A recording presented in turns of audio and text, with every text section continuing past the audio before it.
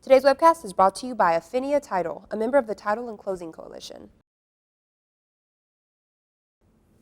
The CFPB has issued a final rule aimed to improving information about consumer access to credit, and Citigroup and U.S. Bank report a profitable Q3 ahead on the Weekend News Wrap.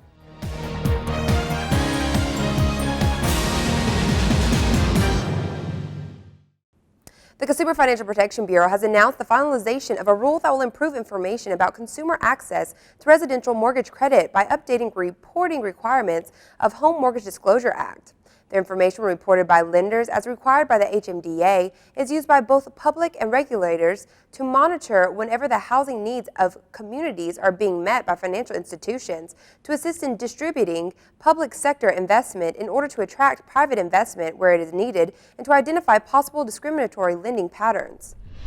The Dodd-Frank Wall Street Reform and Consumer Protection Act was passed by Congress in 2010 in response to the crisis, and the legislation directs the CFPB to expand the HMDA dataset to include information about loans and applications that would help the public and regulators to better understand the mortgage market.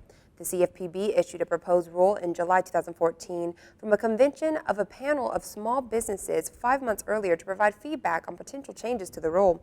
CFPB is working on streamlining and modernizing data submission in order to reduce the reporting burden for lenders. Citigroup experienced a substantially profitable third quarter, and U.S. Bancorp's earnings marginally increased, according to reports released Thursday.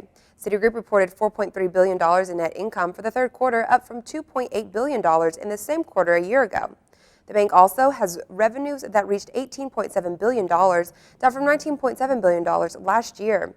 U.S. Bancorp was also slightly profitable in the third quarter, with a net income of $1.489 billion, up from $1.483 billion the previous quarter, and up from $1.471 billion the same quarter last year.